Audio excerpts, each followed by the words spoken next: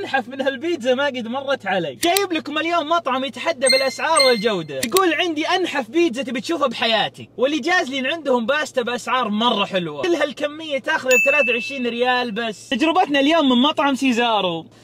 يا عمري ركزوا على الحشو والشكل، بسم الله.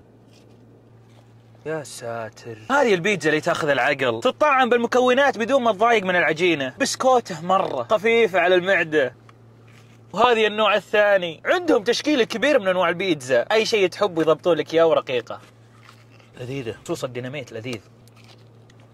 هذا العلم اللي عليه الكلام. يا ساتر، هذه باستا الميكس، الصوص الابيض مع الاحمر يخلطونهن، هذه الاكثر مبيعا عندهم. ركزوا على الشكل مطط يا حبيبي. باستا مع قطع الدجاج والزيتون، من ألذ الباستات اللي ذقتها.